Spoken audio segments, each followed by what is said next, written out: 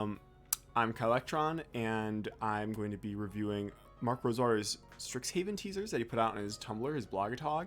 I've done this for past sets, and they're basically the only videos I consistently put up on my YouTube of late, because I do all my highlights on Twitch, and then I forget to upload them to YouTube, or just don't want to make thumbnails, so I've like hours and hours of backlog stuff to put up to YouTube. So I still have to do that.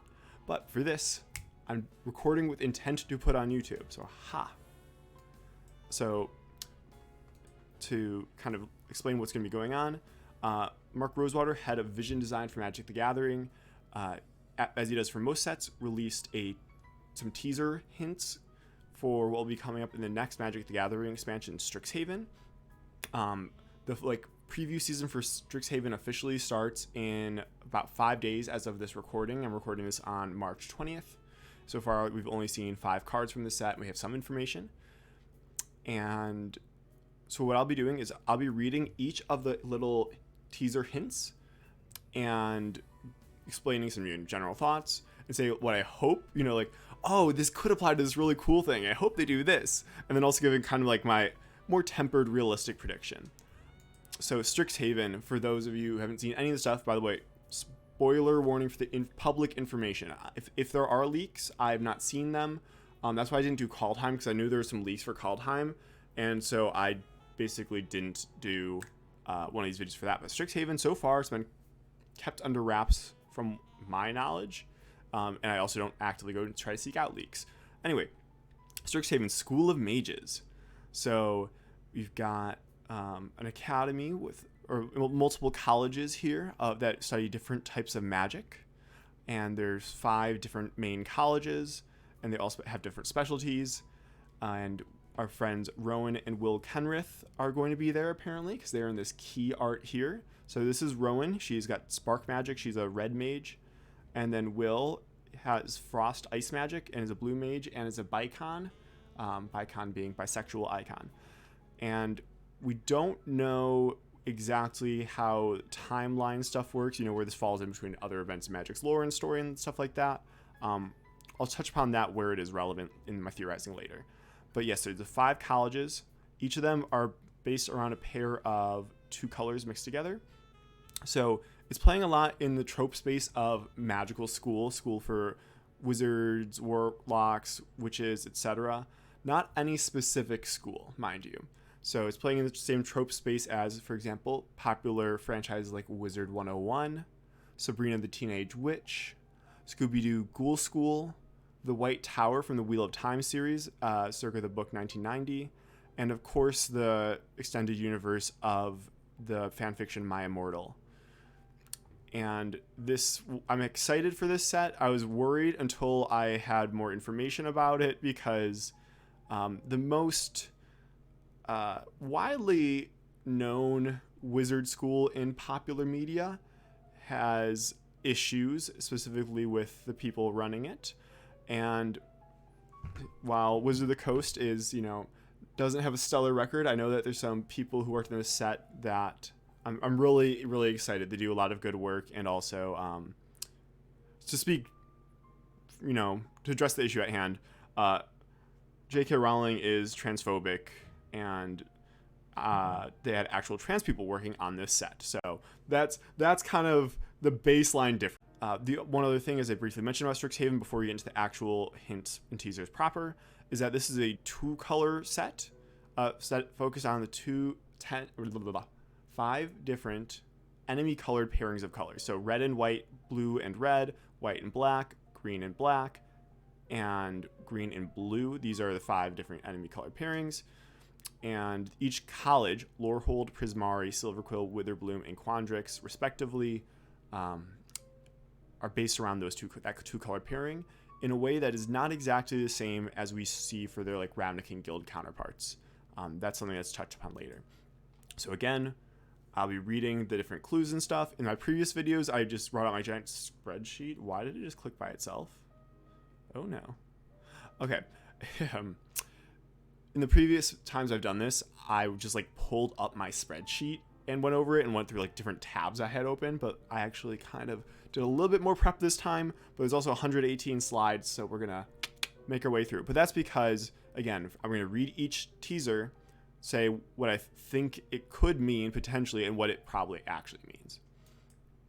So first up, because he has 3 portions to his teasers that he has. The first part were the expectations. So I'm going to be literally like grabbing what he has here and putting it on screen. First up, here's some things you can expect. Things you can expect to see in the set. So the first one is a white card with the rules text, draw 3 cards. Ooh, that's exciting because white doesn't normally get card draw. So here's my shoot for the moon kind of theories and stuff. Okay? But let me get a little backlog. So we know the red-white college, Lorehold, is kind of like the history majors. Leave no stone unturned. They examine the past. And it's interesting because studying stuff like that, studying history and stuff like that, red and white combined, you normally think of Boros aggro, like not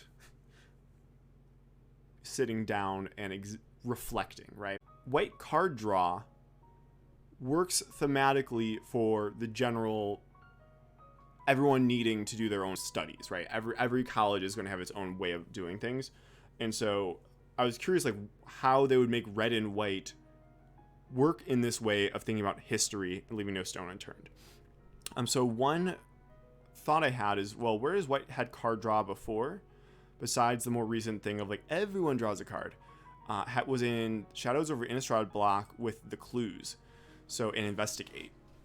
And coincidentally, in Historic Anthology 4, the most recent Historic Anthology for Magic the Gathering Arena, they included 2 cards with Investigate. Now, that was not a mechanic that was coded on Magic Arena prior to this point. Shadows over Innistrad was the block that was prior to Kaladesh. Kaladesh was the first set to be fully coded and included in Magic the Gathering Arena in the original beta and stuff like that. And as that's not actually true. Ixalan was, but Kaladesh was available in the beta version, and now most of it is available via Kaladesh Remastered. This is all to say that Shadows over Innistrad was this block right before Arena would have had Investigate and Clues coded. Now, Clue tokens are similar to Nico's Shard tokens. This is all to say that I found it very odd that they put Investigate or cards, the Clue tokens, into this Historic Anthology because they do not normally code new mechanics for things unless they are already coming or they are like super iconic Zibble. Mainly like is either Flashback is the only exception so far. And it seems odd that Investigate would be their one other exception. Now they are working towards Pioneer Remastered on Magic Arena. The only other really relevant card with Investigate on it that they're not printing since they're printing these 2 is Tireless Tracker. And I could see an argument for, is it Bygone Bishop, like a 2/3 that flies and you investigate when you play a small creature. All that's to say is, it's weird that they have this there. When they put Shrines in the one before the core set, I was able to say, yeah, they're going to put Shrines in the next core set, which I thought was hilarious. Similar with cycling from Historic Anthology 2. So I imagine we'll see Investigate again soon. Now, we're either going to see it in the Innistrad sets at the end of the year, which I don't know if it will actually, which is where we saw it last time, but I don't know if it's necessarily a fit for that and a throw forward. What I'm saying is it's possible that Investigate, Clue tokens, etc., are going to be used in white in this set as a means of a flavorfully like, oh, they're looking into the past, leave no stone unturned, right? I could see Investigate coming back in white in this set, which is just kind of interesting to me. And so a white card with the rules text, draw 3 cards. My, hopes and dreams fantasy level prediction there would be when you crack a clue, draw 3 cards instead of just drawing the 1. More realistically, it's probably something like draw 3 cards, each opponent draws a card, right? Something like that, where part of White's new philosophy of drawing cards, where everyone draws cards in order for that to work. Unless it's tied to something like tying it to their small creatures, right? Because in green, card draw is tied to creatures or lands. In white, they haven't really had anything like that yet, and they're trying to figure out how to do that. I could see them doing something like draw 3 cards if you control 3 creatures with power 2 or less, or something like that, where it's like rewarding white for doing its thing. But so far, this is the type of white card draw we've been looking at. Okay. This is the biggest, most exciting section for me. And because there's been so much speculation about what this could mean. A Planeswalker you know, but not as you know them. Ooh. Ah. So last set, we had Valky, which was Tybalt, dressed up as a different character, right? That we had that in Kaldheim. Oh, by the way, spoilers for Kaldheim's story stuff if you haven't read it yet, and we're intending to. Obviously, this card is not inherently a spoiler. Oko is a trickster, is a shapeshifter by power and definition. Oko could also be in a different form in the next set, but given that they just did this for Tybalt, I don't think that's true. However, here's something I do want to point out real quick. For standard, they will try to plan things like Planeswalker balancing of, between colors across like a full standard format, but most often they'll do it within the context of a full standard rotation year. What I mean by that is Strixhaven will be in standard with Eldraine for half of its life cycle, but Strixhaven will always be in standard while Kaldheim is standard and while Zendikar Rising are standard. So most of the Planeswalker color balancing is going to be done in reference to those two. The reason I bring that up is for Strixhaven's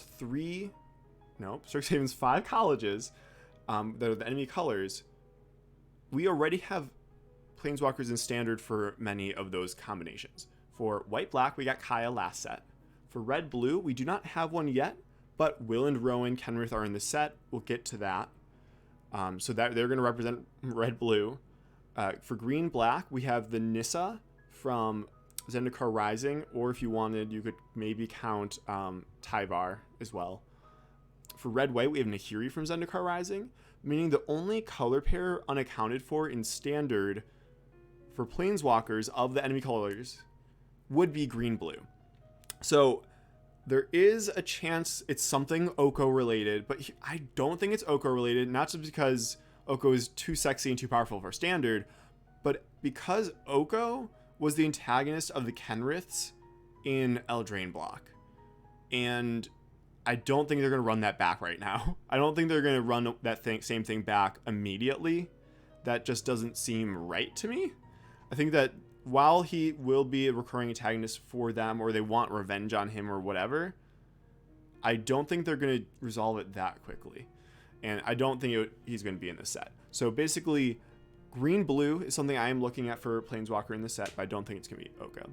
Now, Planeswalker you know, but not as you know them, could mean a lot of different things.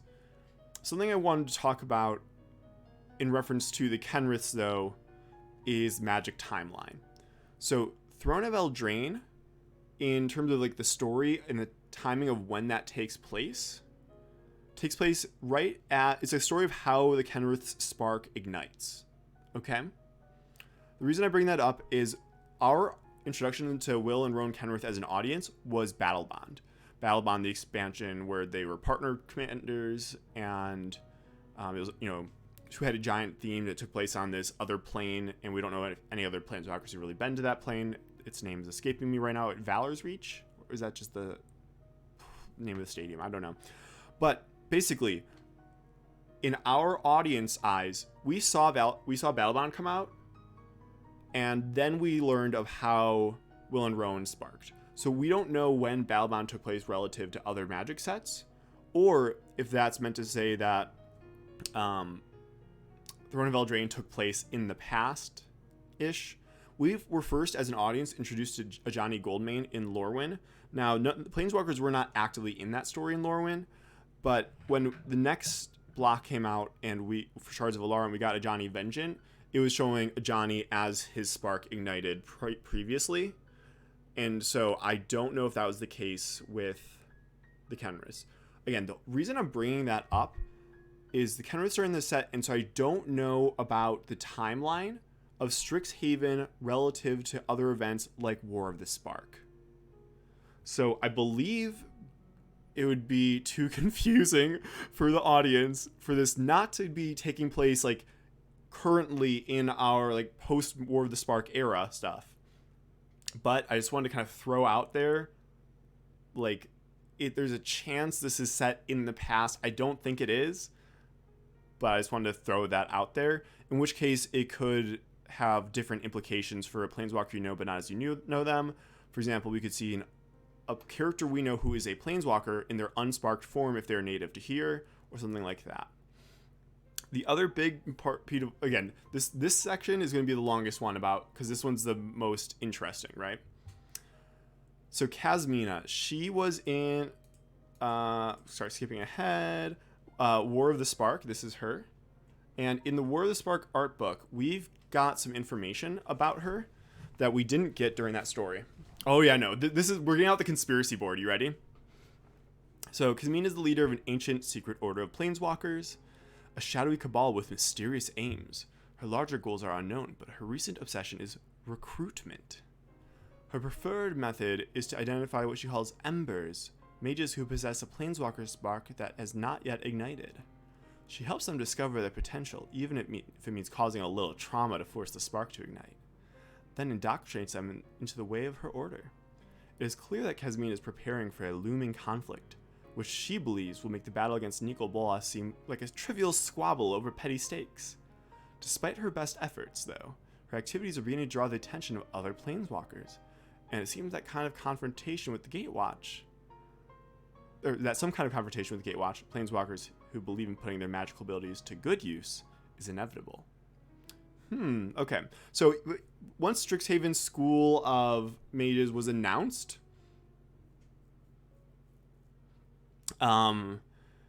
people were kind of speculating, Kasmina might be involved, because we know that she is a mentor, a teacher figure who summons other wizards. That's from the little information we did have about War of the Spark. And we also know that she was a character created before War of the Spark that they chose to preview here. This is not the same thing as like Teo, who was a character that like basically made for War of the Spark to fill a slot. Kasmina was a character who they had thought about and created like story-wise and chose to premiere in War of the Spark. So it really makes a lot of sense for her to be at the school now. In exactly what capacity, we don't know. And where this got odd for me was that we're getting Will and Rowan, we're getting them as planeswalkers or a planeswalker card. And from the way I'm imagining it, and we'll get to this later, but it's probably going to be a MDFC Will Rowan on two sides. So Will is mono blue, and we got a mono blue Jace in the Zendikar Rising. So I think there's a chance Kasmina's in this set, but not as a planeswalker card. Something that I've read all of Mark Rosewater's other asks and responses on his blog that occurred between now and when his first teasers went up. And one thing that I want to point out there, so this is the question and this is the answer. Are there any planes where the existence of other planes is widely known, or at least known by a group of non-planeswalkers? And we know the answer to this, kind of like some planes like Ravnicut's kind of widely known, but what Mark chose to answer with was the Mystical Archive, which is like the secondary sheet for Strixhaven, heavily implies people at Strixhaven are aware of the larger multiverse. Which kind of solidifies like, okay, something's going on here. Like Kasmina or parts of her order are probably active here as well. All right. So putting a note in that, again, we're not even to like the fantasy and reality parts of this yet. A planeswalker you know, but not as you know them. Some other options the Wanderer and finding out the identity of the Wanderer, which I hope doesn't happen. Again, I've got like 3 slides of fantasy here. Omnixilis, we've technically seen him in human form, but we could see him in his non-demon form or something like that if this is set in the past. Ren in 6, but rather Ren and 7, or Ren in 5.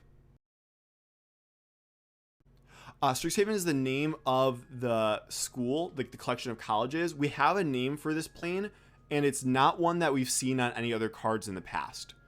So that is a great question. So if we know where a planeswalker is from, we know it's not that plane. I forget the name. I had it handy in a minute, but I'm sure tags in the chat can supply us. So we could see, a variation on one of these, which is not exactly as you know them. A different kind of disguised person, maybe not disguising as someone else specifically, is Estrid the Masked, because her whole shtick is that she has all these masks and like disguise and stuff like that.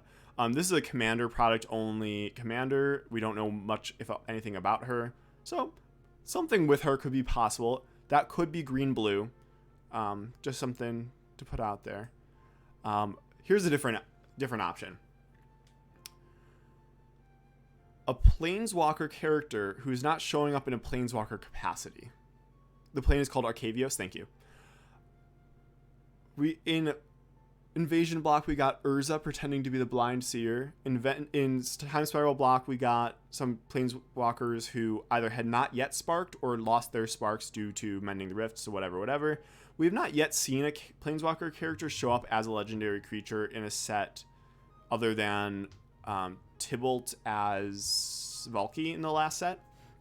But hypothetically, it might be possible to see a planeswalker who's pretending they're not a planeswalker and getting a legendary card version of them, or it could be a desparked planeswalker. Apparently, I put this other ask that I found there because I didn't know that this planeswalker, who must have been created just for the story for where the spark existed, but apparently there's a planeswalker named Blooms, or referred to as Blooms, in the War of the Spark novels, who gets desparked at the end of that. But then they would be stuck on Ravnica, so we probably would not see them here, so I don't know. I just want to include that information for completeness purposes. But here's another theory. Kasmina is involved with Strixhaven, but she's not the card at hand. Something that she could have done, as I mentioned, there's planeswalkers whose sparks had not yet ignited have gotten legendary creatures like Samut, Venzer, some other ones. She could have gone and traumatized some poor planeswalker who is a legendary character that we already know of, and their spark could have ignited, and then they can now be on Strixhaven because she's brought them there. Something like that. I don't know if we would know which one. There could, your theories could be as good as mine. Although I spent a lot of time looking at different options who I thought might be realistic and not. So I don't know, but there's definitely a chance that we know this character. We do not know them as a planeswalker because they were not yet walking the planes when we've seen them the last time or last few times. We were waiting for Kasmina to go and traumatize them so that they could become a planeswalker. There's probably a few different good candidates. I think that the most deserving and obvious one would be Thibblethip, but that's neither here nor there. So I think that is definitely a viable option. But now getting to the more okay, this could definitely just be it, and it wouldn't be that conspiracy minded. So in the book of questionable canon, War of the Spark Forsaken, it is technically mostly canon, as they have not recanted that, but Liliana Vess is now going by the name. Okay, my mouse is scrolling by itself. I'm so sorry. Is going by the name Anna Iora. So instead of Liliana, just Anna. Last name Iora, like Gideon Jura's birth name, Kithian Yora. So Liliana could be there. We haven't seen her in the story in a while. She definitely could be there as that other name, and that would fit this requirement. Alternatively, it could be the Raven Man. Dun dun dun. We finally found out who the Raven Man is, or he finally gets a Planeswalker card. Because he's definitely a Planeswalker. And we'd finally get a Planeswalker card for that. By the way, this is a little informational thing that was made by Carrie of the Vorthos cast, who I think is currently at Beaches Seas on Twitter, or find them on the Splinter at the Splinter Bin. But it could be the Raven Man. It could be. That would fulfill this requirement. All right, moving on from that one. I would love to hear y'all's theories in the chat, like, or in the comments if you're watching this on YouTube, of who you think this will be. We'd probably find out on the day of the first information given, but I'm very, my theories are going everywhere. Next teaser, a card featuring Paulo Vitor Damodarosa's likeness for winning the World Championship. So in the past, there have been World Championship or World Invitational cards where the winner of that tournament got to help design a card that would then feature their likeness. The most recent one was Fervent Champion for Javier Dominguez. Fervent Champion also is a reference to his winning the deck he won that tournament with, because he used Hazoret the Fervent. And so we're getting another kind of invitational looking card. Traditionally, these have been leaned on the side of being more powerful, but not always. Like Fervent Champion sees a lot of play, Dark Confidant sees a lot of play, Meddling Mage sees a lot of play, Shadow Mage Infiltrator not so much anymore, or anything like that. It's been a little mixed. So this one, I don't have a separate teaser and fantasy one necessarily, because all it took was a search on Google to find out what Paolo kind of wanted. Like, I remembered he had talked about this, and he basically says that for his invitational card, he'd want basically something like Courser of Krufix, but like a bear. So Courser of Krufix, there we go. For those who don't remember, it's from Born of the Gods, or Born of the Gods, I think. It's kind of like an Oracle of Moldea. So play the top card of your library revealed. You can play lands off the top. When you play a land, you gain a life. So I think that we might not necessarily exactly as wished, because again, they work with the balancing of the champion works with the balancing of the R&D at Wizards, but something in the vein of a value green creature with lands is what I would guess. All right, next teaser, a spell with 3 X's in its mana cost. So math majors rejoice, Quandrix rejoice. We got triple X's in the cost here. XXX is going to be some math to figure out its cost for people who don't want to do the multiplication or try to figure that out.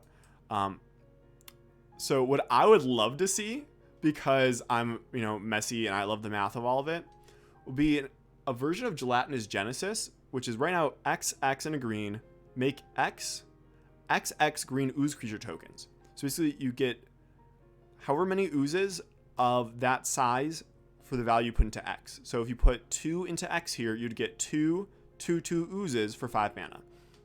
What I would want would be for the triple X card, for it to be like Gelatinous Genesis, but additionally, it puts a +1/+1 counter at each creature you control for where X is equal, for X.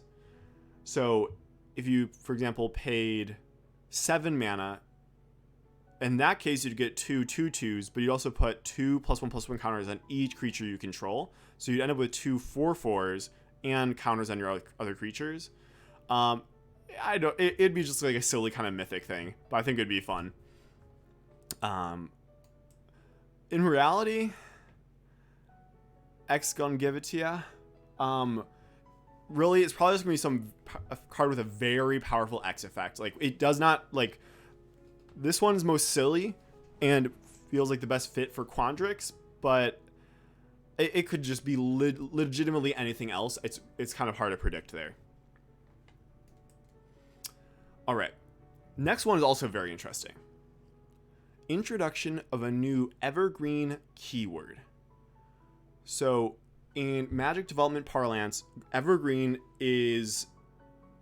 describes a keyword or a keyword ability or a keyword action that can be used in any set and will in most sets show up at common. So the last time we big changes to evergreen was probably around Magic Origins or around the last few I guess M19 also had some evergreen changes. It was oftentimes paired with core sets and stuff like that, right? But not always. So this is interesting. We don't know if it's an evergreen keyword ability or keyword action. By keyword ability, it would be something like flying or menace. If it was a keyword action, that'd be something like equip or fight. So some other things I pulled about this from his Tumblr, some things he responded to. Does new evergreen keyword mean that's a new keyword, or just that it's new to being evergreen? And it is in fact a new keyword, and it's also now new to being evergreen. So it's not just like, for example, making Skulk evergreen now, something like that. Is the new evergreen keyword something that's appeared before as an unkeyworded mechanic, or is it totally new? And it is something that has appeared before but unkeyworded. So for example, Menace used to appear as can't be blocked except by 2 or more creatures, and then was keyworded into becoming this creature can't be blocked except by 2 or more creatures is just the long version of Menace. This was from Magic Origins. And additionally, in Magic Origins, they gave Scry the evergreen. Scry became evergreen, and Prowess became evergreen. The thing I want to bring up on this is that these were all added in Magic Origins to evergreen status, and they all appeared multiple times in the 2 years prior to Magic Origins release. So Prowess was a set mechanic for the block prior to Magic Origins, and they liked it enough they kept it as evergreen. Scry was a mechanic that has been used a few times, was brought back in Theros block, which was the block prior to Magic Origins. And Menace was written out on a bunch of cards in the year-ish before it was keyworded, and they're using it just in the written out version. So one thing you could do is look at what mechanics have been coming up in the past few years a lot and have not yet been keyworded. Now, some things to point out, or some options, right? You could have a creature that is like aggressive or something like that, which means it must attack each combat if able. You could have, we've seen a few times, can't be blocked by creatures with power 2 or less. Don't think that one's being keyworded, but I want to say that we've seen it a few times, so it's possible. And it's, again, cycling is not being promoted to evergreen because it is something that is going to be newly named. Also, I really would be suspect. I do not think cycling would be coming back in Strixhaven because we know Strixhaven has the modal double-faced cards, the MDFCs. And the flexibility given from those, it would be playing around the same kind of not design space, but filling the same need that cycling does in a set a lot of times. So you really wouldn't want or need both. And since we're talking about Strixhaven cards, yeah. Anyway, so originally what I thought, oh gosh, this is so annoying, is that they were going to, because they've been on and off with Prowess. There was a period where, after Magic Origins, they were using Prowess in every set, and then it went away for a while. They stopped using Prowess. And for example, here on Aven Windmage, they had, whenever you cast an instant or sorcery, this gets +1/+1 till end of turn. And so instead of being non-creature spells, it was just for instants and sorceries. So I was originally thinking it could be something like that, but we've now been confirmed on his Tumblr that it is not going to be that, because it is not, the evergreen keyword is not a blue-red hybrid overlap keyword, which is what this would basically serve the purpose of. Instead of that, we're just going to have a tasty Bird Warrior here. But, oh wait, what is this? A playtest card from the, mystery boosters, right?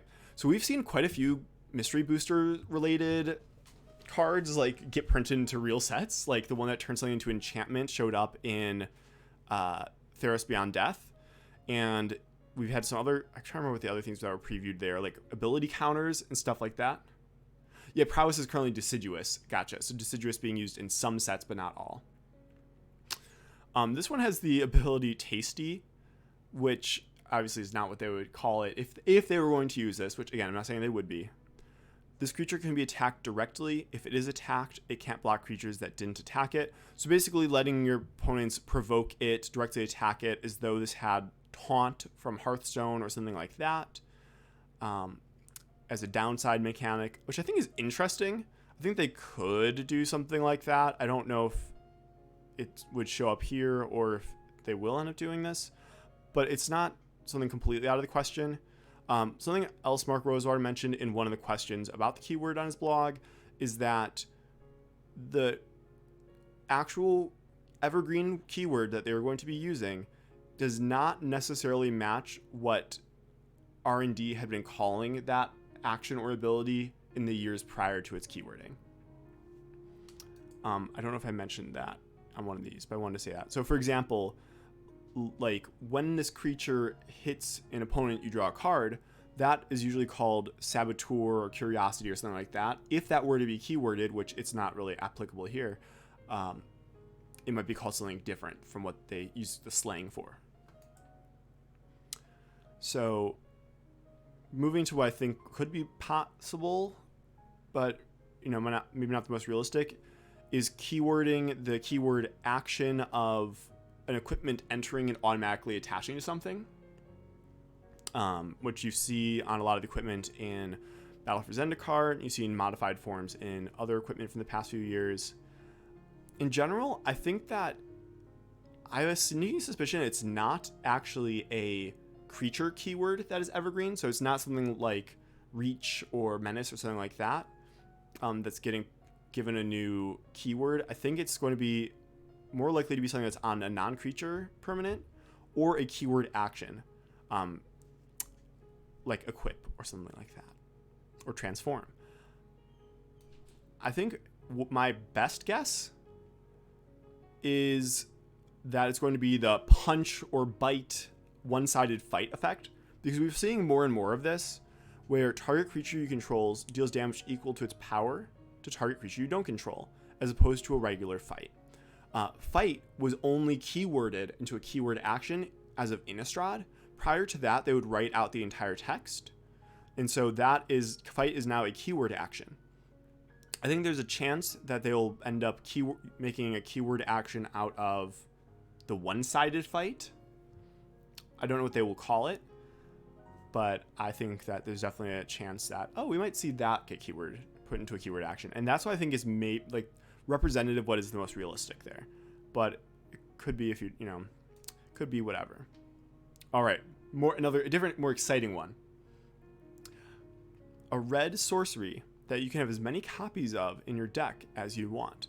So this is like the Relentless Rats effect. You've seen this on Shadowborn Apostle recently, also in Persistent Petitioners from Ravnica Allegiance. So red cards that have had similar effects in the past have been Kindle and Goblin Gathering, or rather these are ones that cared about cards by name, having multiple Kindles. There's been like 3 different versions of Kindles, like Flame Burst and whatever the one from Eldritch Moon was. Goblin Gathering making goblins, although in this set it would probably make dwarves, because there are dwarves here on this Arcadia. Oh, gosh, you said in Strixhaven on the plane of Arcavios. That's it. Okay. It could also, fun stuff with that. Galvanic Bombardment. Thank you. So I would think it could be something like a Kindle effect. Now, this would have to be balanced very differently when you have any number of it in your deck. So it would be like 2 mana for like 1 damage plus 1 would be closer to where they'd want to be, depending on if it can hit face or creatures or whatever. A different option would be, because again, this is going to be a sorcery. I realized I didn't copy the thing over it. Is a sorcery that does something, but if you have, for example, 5 or more copies of this in your graveyard, it does something different. So not necessarily one that scales with each, but one that scales with at a certain quantity, like Shadowborn Apostle, where you need 6 of them to search for a demon, something like that, where it's like, if this deals 2 damage to any target, but okay, this is really annoying that the start is scrolling by itself. 2 damage to any target, but if you have 5 or more in your graveyard, it does 10 damage instead. Different teaser, a future-shifted card appearing for the first time in a premiere set other than Future Sight. So premiere set meaning a kind of like a standard legal set. So for example, Nesting Courser appeared first in Future Sight in a future-shifted frame, and later appeared on Theros as a regular centaur warrior without the full art. So it can have been, what they're saying is it can have been reprinted as long as it wasn't in a premiere set. So like being in Time Spiral Remastered does not make it ineligible, but being in Lorwyn would make it ineligible. So I will link this down below, but here's an initial link of like, hey, these are cards that are future shifted and have not appeared in a premiere set since then. But I also have a different link that I'll include like in the YouTube description, that is for ones that have taken out additional terms that would make them ineligible for this plane. For example, Steamflogger Boss does not appear in this set or on this world. Some mechanics like Grandeur, MaRo's talked about the issues with Grandeur that's probably not coming back. It could be technically. That's the one that's one of the more questionable ones. Morph, I don't think is going to be in the set. Cycling, I don't think is going to be in the set. Cycling for reasons I've described. Morph for similar reasons, especially since if they want Morph in a set, after having had Morph in multiple sets already, they would want to presumably do something further with face down creatures or turning things face down in some regard. And given that the set has MDFCs, I don't think that they'd want to put those in the same set, even though in this set the MDFCs, from my speculation, are going to be instants and sorceries on the backside. I don't think they'd want to mess with turning cards over in a set that comes with multiple double face cards.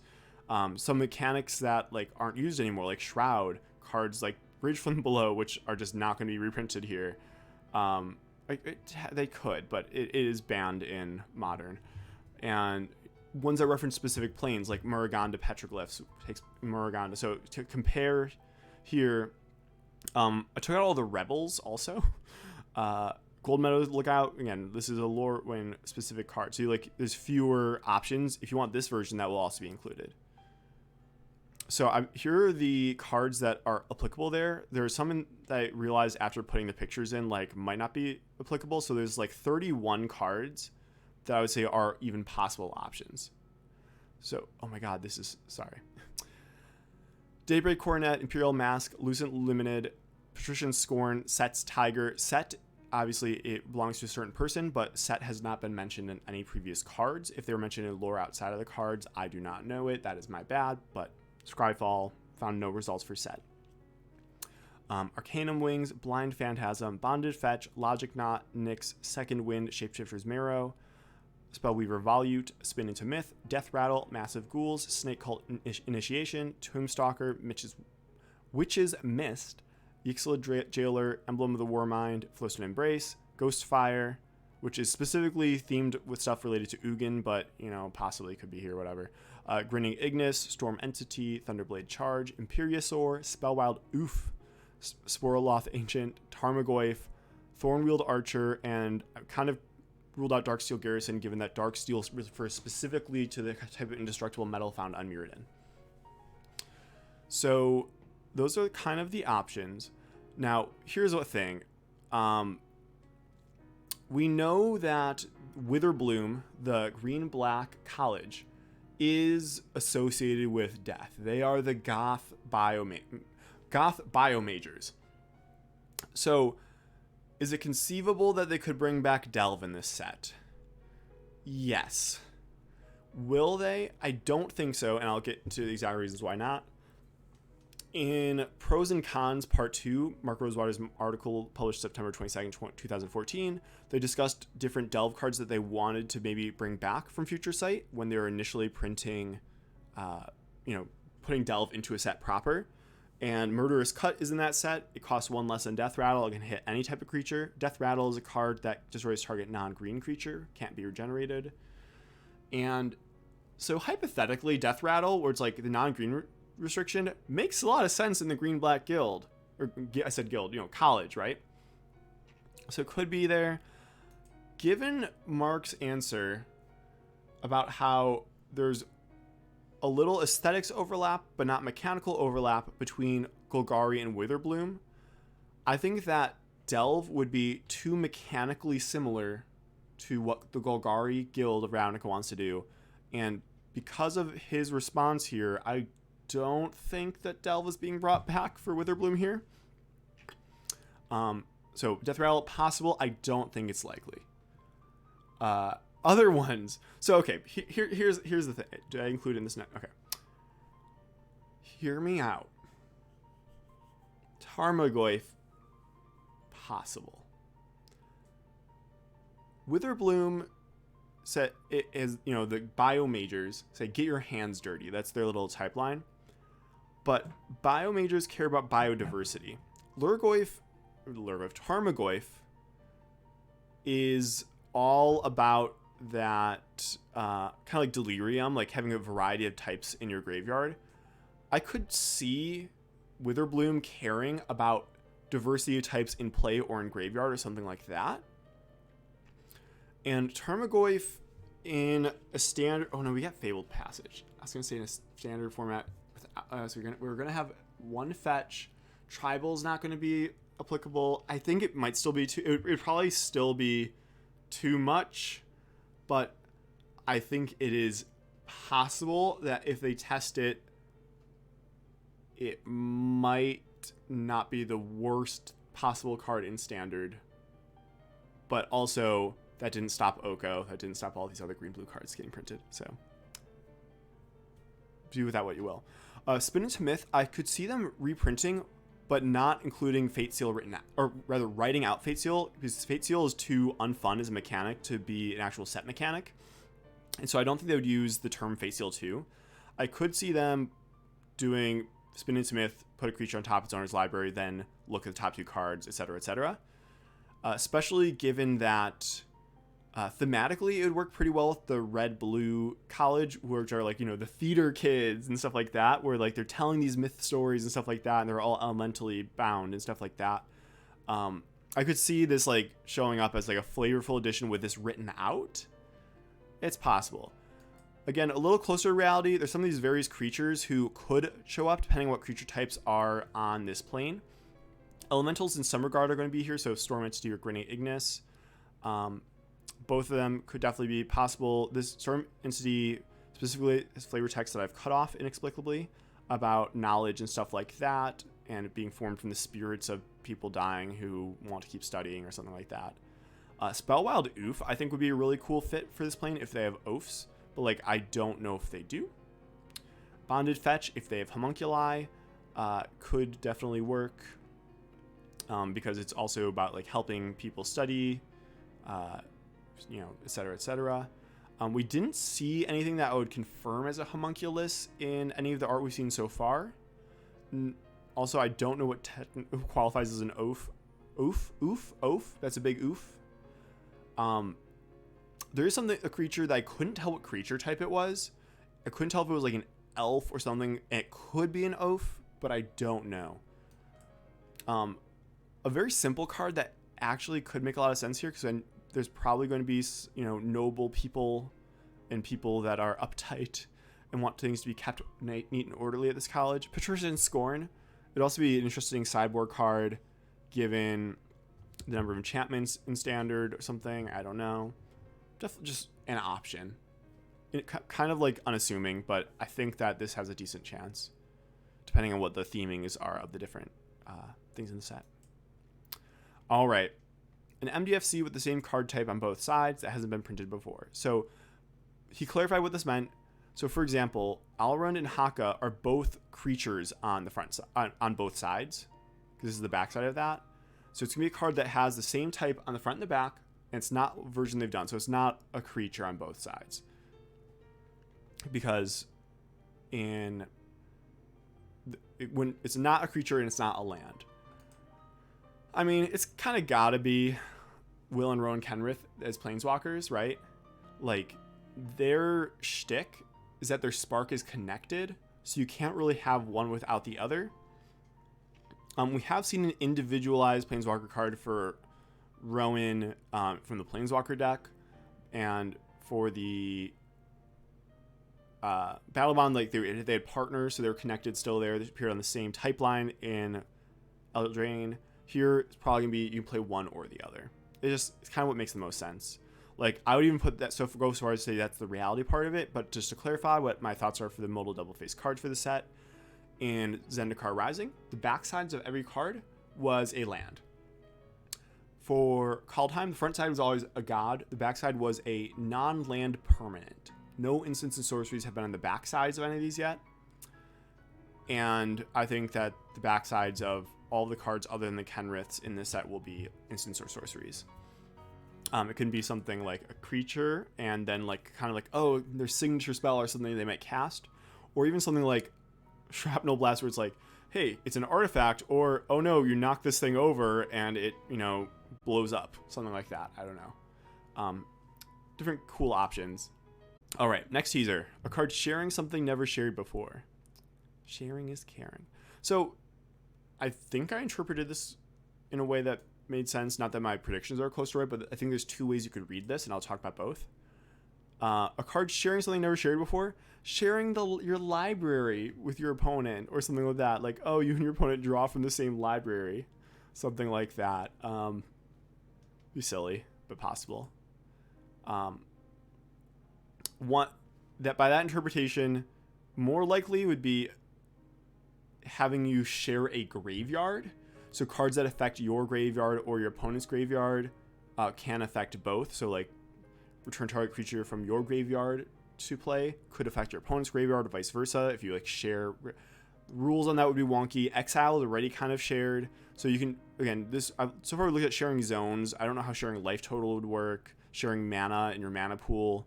Don't know exactly what they're willing to do with all that. All of it seems very silver border adjacent. But another way to interpret this would be, oh gosh, okay. Cards that care about sharing a quality. Because there's cards that check, like, if these creatures share a creature type, do this. If they share a color, do this. If they share a mana value, do this. It could be something that is something in that line, because like that's where they use the word shares most often in technical Magic. I don't know if it makes sense for the grammar of the hint here, but something like carrying things have the same base stats or same base power, or things that share a planeswalker subtype or something like that. I don't know. That'd be, if I'm reading it a different way, something to think about. All right, teaser: a cycle of enemy dual lands, finishing off a 10-card cycle. So as an example, Razorverge Thicket and the other fast lands, I think they called them, from Scars of Mirrodin, had the allied colors, and that cycle was later finished in Kaladesh with Concealed Courtyard and company. So fantasy, what we want. A lot of people are speculating or hoping it might be the Battle for Zendikar lands that check if you control 2 or more basic lands to enter untapped. They have the basic land types. Another thing that would be cool could be the other cycling duels, as seen in Amonkhet block. Because I don't think they're going to have cycling, I don't think that it'll be these, especially since they also kind of have the triomes and standard still. Be a little too similar. I think that these lands are the second most likely. I think the most likely, even though I'd prefer the other ones, are going to be the Shadows of Innistrad type of lands that enter and reveal a Forest or Plains card. Now, when they were talking about the MDFC rare land cycle split across Battle for Zendikar Rising and Kaldheim, one thing they mentioned was how powerful it is for something to have the basic land type, and how them not having that was seen as a decent downside. I think that could be related to the fact that they wanted to print these in the same standard.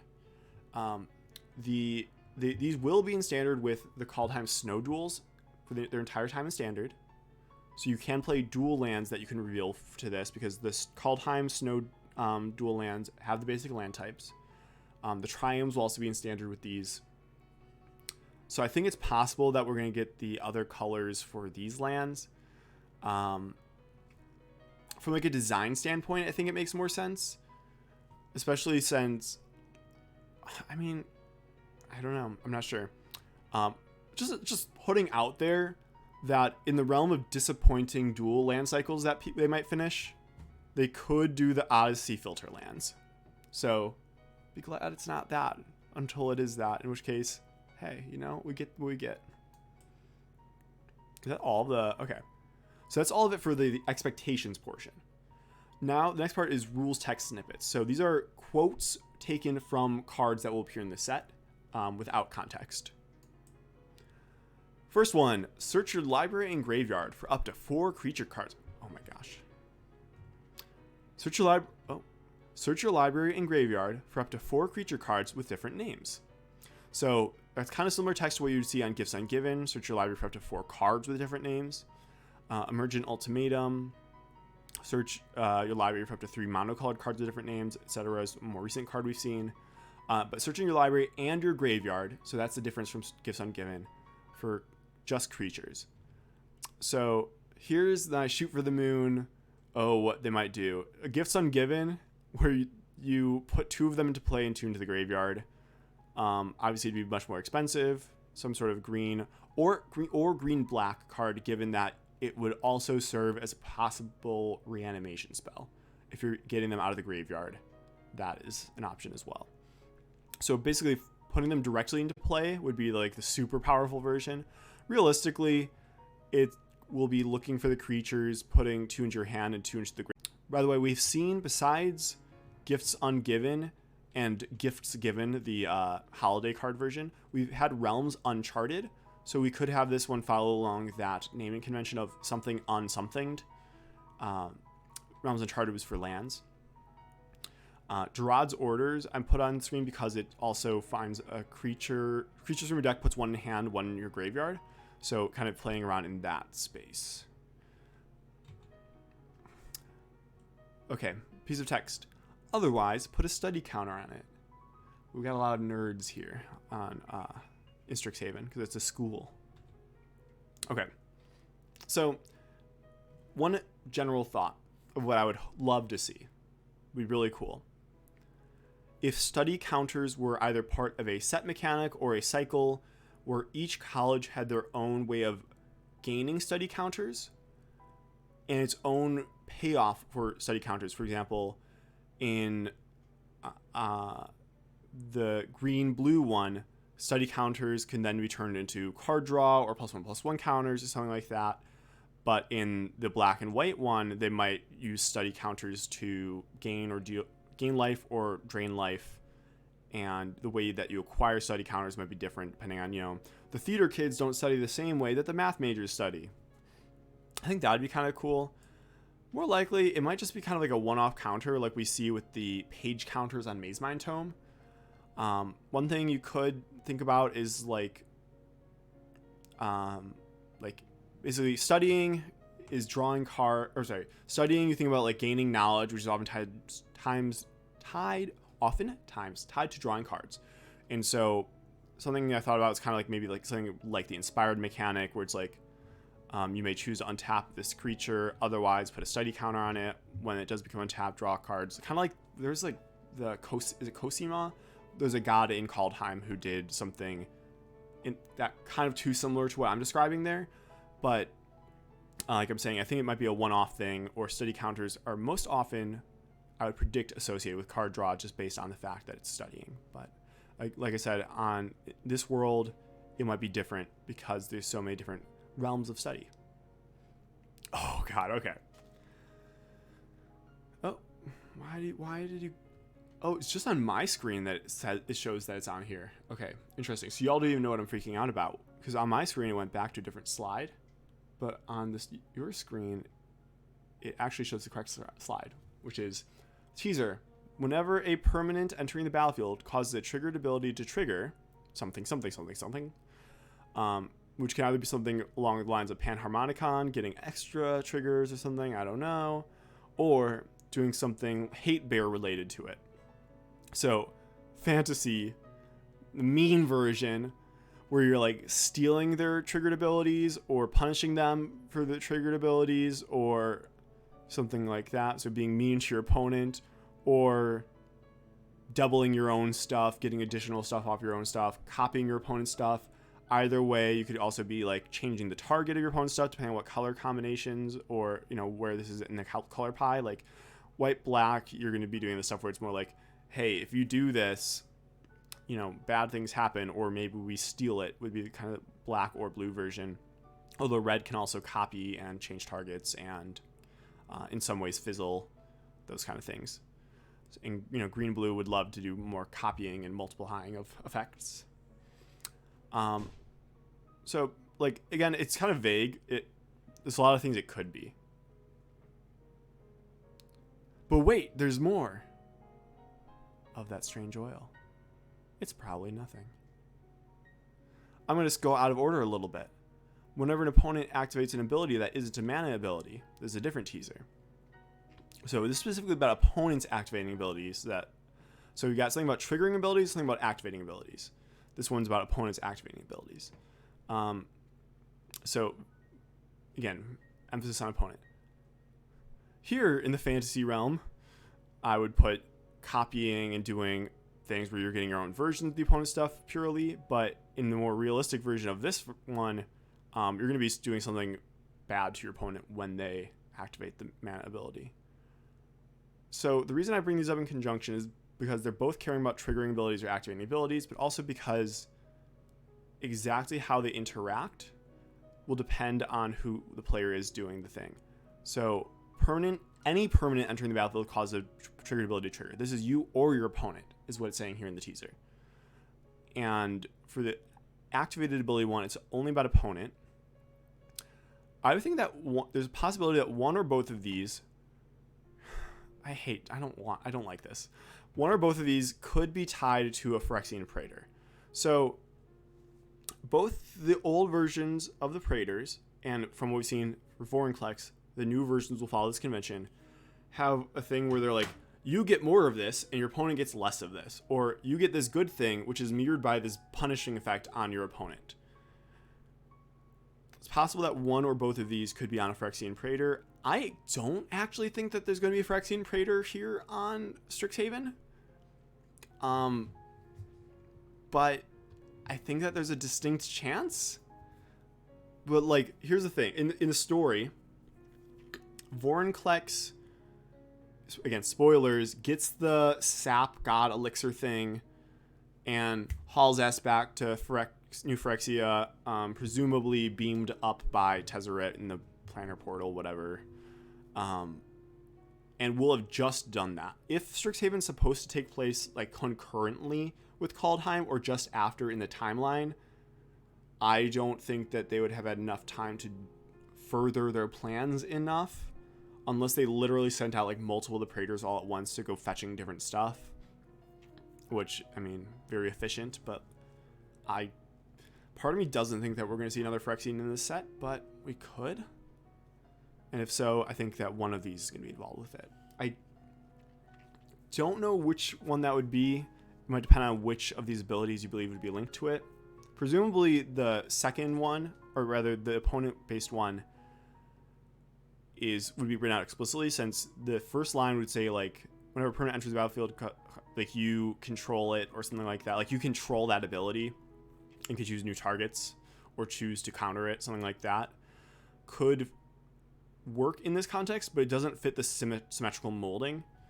So if it's something like activating abilities, I could see that on Jin Gitaxias, the blue Praetor, but I don't know. Different teaser. Untap each creature you control, then tap any number of creatures you control. So this could be really a bunch of. I think this card will be at least white, given that you're untapping all creatures, which you see in white, sometimes see in blue.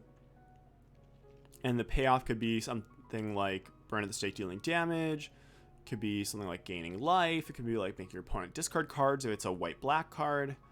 If it's a mono-white card, you could put a counter on each creature you control for each creature you tapped. Cool stuff. Different teaser. Pay 10 life. So that's a pretty hefty cost to pay. And this could be as an additional cost to cast a spell. It could be an activation cost for an ability. It could be an alternate casting cost thing. We don't know. What I would love to see would be a Tavern Swindler, but multiplied. Like, instead of pay 3 gains, you flip a coin, gain 6 if you win. It's pay 10 life, you gain 20 if you win. I think that would be the most hilarious card, and I would love to see that. It's not likely, but I think it'd be hilarious. It could be something like an alternate cost to summon a demon, activate some sort of big ability, pay 10 life, draw 10 cards on something could make sense. Again, we know that payoff's going to be big, but as a frame of reference, 50 life for 50 damage, 7 life for 7 cards, although this one also, these both come with ways to gain life. If this card doesn't come with ways to gain life, it can be... You're right, the colon is telling. I totally missed that the colon was there. So it is an activated ability. So it's not an additional cost. So it is an activated ability. Yeah, I totally glanced over that. So ignore demon, or this demon. Look at activated ability ones. All right, different teaser. Repeat this process 6 more times. So you get to do something a bunch of times. Again, this is just very exciting. It could be very cool in a very Timmy sense. It's like, oh, you're doing something a bunch of times.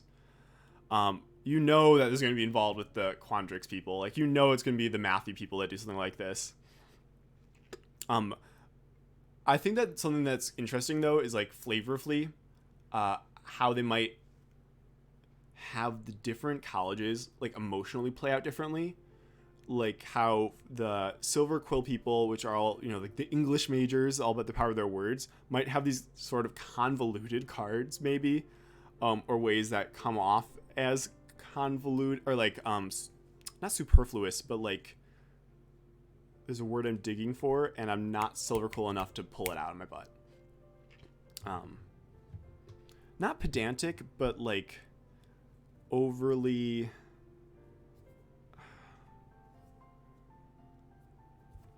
complicated for the sake of being complicated, and there's a word for that I'm missing. Anyway,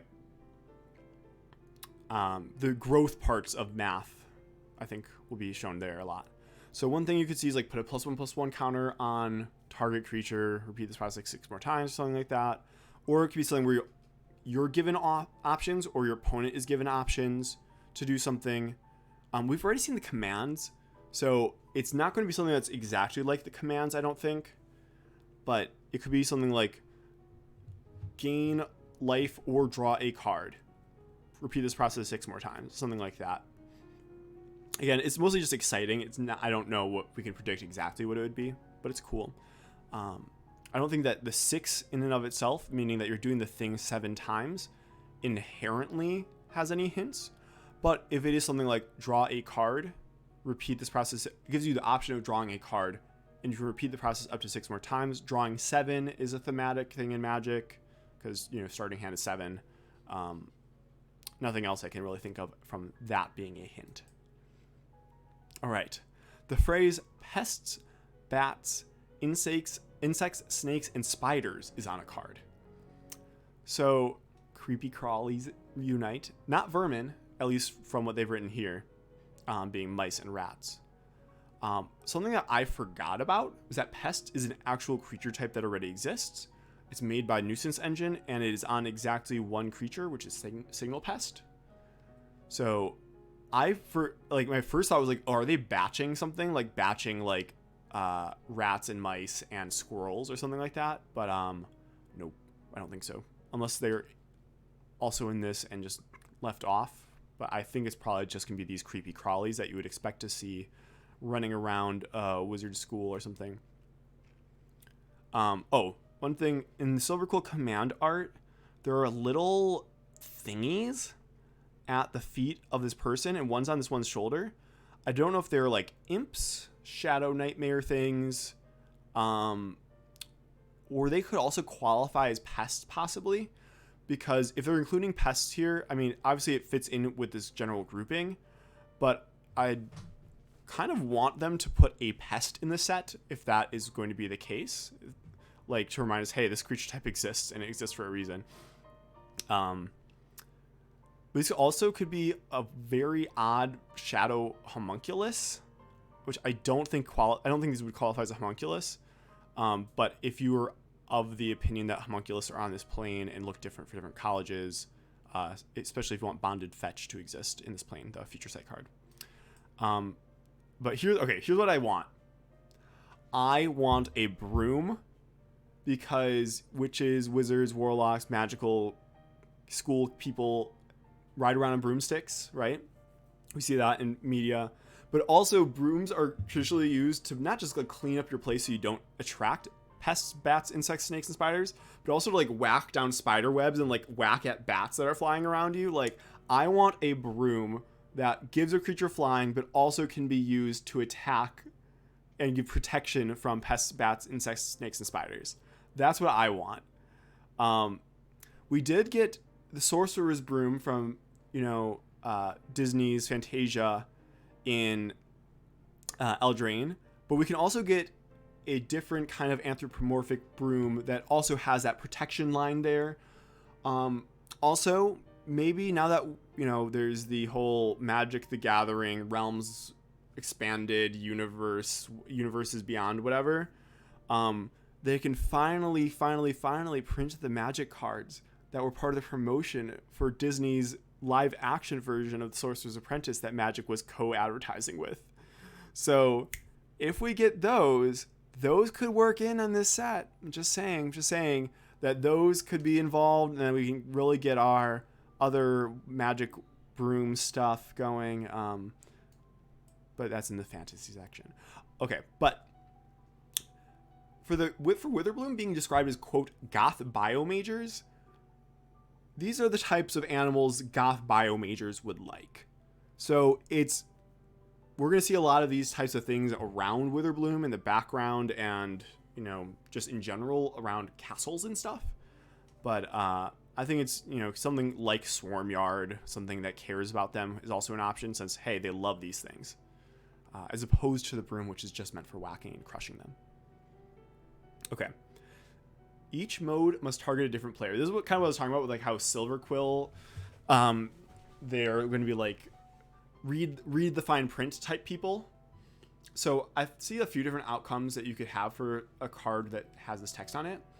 You could have something that's like a bunch of different bad options, or like 2 bad options, where you're like, target player sacrifices all creature, or target player loses 10 life, and target player loses 10 life, and you choose different players for it. Like you just pick the one that's like, kind of like in the sense that balance is like in White's color pie. They could have something like this that's like a Punisher card, but where you get to make the choices. You could also have things that are good modes with drawbacks. Like I'm also reminding, I love the Demonic Contract. What's the card for Magic Origins, the enchantment that has Liliana on it, where you lose the game after you pick the 4th mode, like, and how you give that to your opponent in a combo deck. Like, I'm thinking about things in that vein in some regards. You could have a bunch of different modes to choose from that are good and have drawbacks. So something like draw 10 cards, lose 10 life, or target player loses 3 life and draws 3 cards. Target player sacrifices 2 creatures, like something like that are other options. Or you just have a bunch of different modes that are very situational. Demonic Pact, thank you. And just say like, oh, this won't do anything for my opponent, so I'll have my opponent do this, or this would be bad for my opponent or would benefit me sometimes. So like, I'm just excited by this text being here. I think that the card will probably end up being cool, whatever it is. All right. So yeah, no specific predictions on this one, but this one, where X is the number of cards in your library. I'm dreading this card no matter what it is. Like, well, actually, I'm not, because I play Magic Arena, but if I were to pre-release and it was ever to play physical Magic with these Strixhaven cards, I would having to count your library is just so annoying. So this card better be worth it. This card better be good. So my fantasy call for it would be like, your opponent mills X cards where X is the number of cards in your library. And so it'd be some sort of expensive sorcery that makes your opponent mill a bunch, and basically if they have less cards in deck than you, it would mill them out automatically. So this would be like some super expensive sorcery, something like that. So I don't think it's the most likely choice, but I think it would be a fun, splashy, mythic-like thing if they wanted to do something like that. More likely, I think it's making a creature, like making a creature token that's an XX, where X is the number of cards in your library.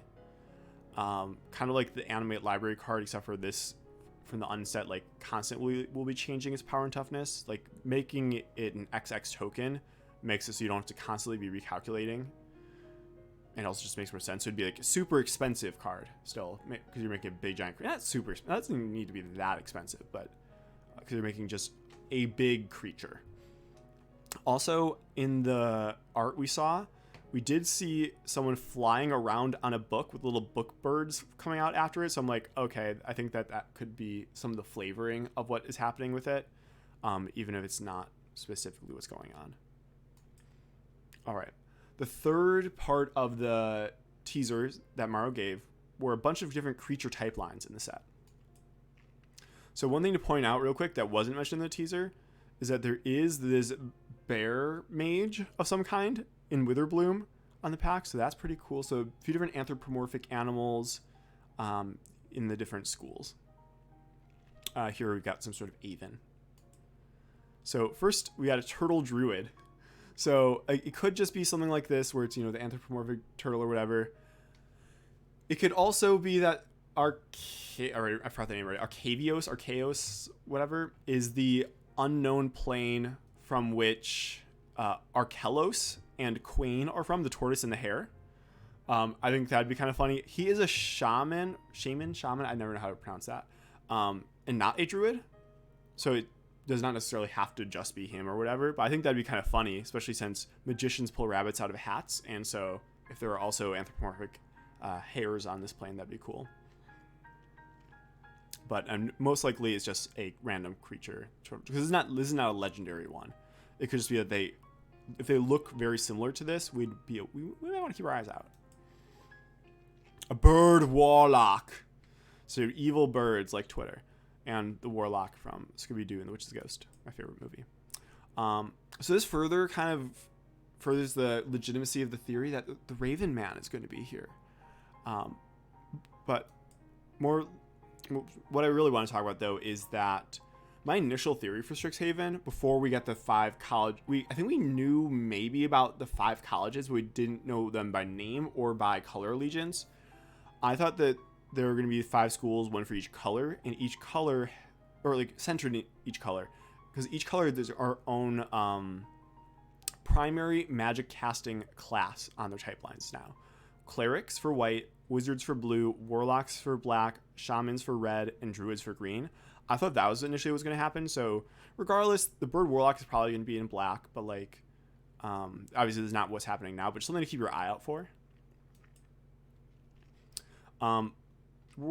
There's not really much to talk about. It's just gonna be some bird warlock, but I'm excited because it might be like a crow or a raven or something like that. Would be a really sweet bird warlock. The one we saw here is part of the red blue college, so this is not the bird warlock that they're pulling art from, and warlocks are often in black, so something cool with that, either in the Witherbloom or Silverquill. Frog wizard. We saw Kasmina turning a person into a frog, or person, an eternal into a frog in War of the Spark, and Frogify is a thing.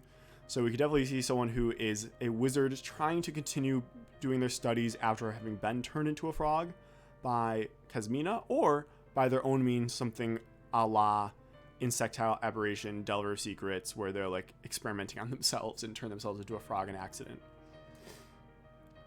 Spirit Dwarf. So spirits, the Lorehold command card has a dwarf on it, and it makes a red and white spirit creature token. Not a spirit dwarf creature token, but spirits and dwarves are both in red-white, so that's the information I have there.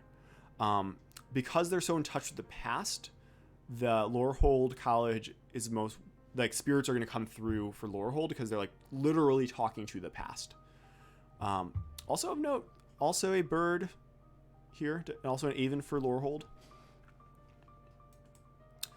Troll Druid. So in the art for Witherbloom command, there is what looks like a troll to me. So I believe that this is like, they're Troll Druids in Witherbloom. It's not much to talk about. Next one, Eyebat, which I think is awesome because it's like very evocative. Like you see these in a bunch of different types of properties where it's like just a flying eyeball, which I really love. The other implication about this is that the next set, which is the Adventures in the Forgotten Realms, I think that they'll have beholders not have their own creature type, but rather be eyes. This is the first eye creature we're getting in a long time. And I think that there's a chance they would have printed it as a beholder instead of an eye bat. I don't think they really would. There's a chance, but basically like saying that like it makes it even more likely that beholders in the next set are going to just be the type line for eye, like eye demon or something like that. All right, then they hit a few different legendary creature type lines. So legendary creature, vampire, warlock. Obviously, this means that Sorin's going to be there, but not as a planeswalker, but rather as a legendary creature warlock. Just like the Planeswalker You Know, but not as you know them thing. Duh. No, it's probably just some other legendary warlock. Also, Sorin as the Lord of Innistrad, if he were a creature, would most likely be a noble, but if he's not on Innistrad, I don't know if that would hold true. He'd more likely be a warlock or a warrior, probably. But it's very possible that this person is a vampire and a warlock. So something I'm going to get into to bridge between this one and the next teaser is that I believe that we've seen the head of each college multiple times at this point, as they are prominently featured in different art. So here, the largest kind of humanoid character in each of the 5 colleges, we've got an elephant person, an orc, this person, this one for the quadrix, the math one, and then this dryad druid looking person. These are the same people featured in the foreground of each command, as well as on the art for each of these that you've seen the key art as well as in the packaging here. So I believe that these are all kind of the heads or de facto leaders, and we're going to get a card for each of these. And it's possible that since it's a legendary vampire warlock, that it could be him, but this person could also be a human or other type line that I'm not aware of. But for the orc shaman legend and dryad druid legend, like we've got an orc shaman here and a dryad druid right here, like it lines up. It lines up. The only thing of note with this dryad druid for Witherbloom, she looks the same on all these except for the Witherbloom command, where the head is branches and not leaves. So I don't know if this is a mask she is wearing or if there's a transformation that occurs where she's begun to wither or something like that. Or it could be someone different.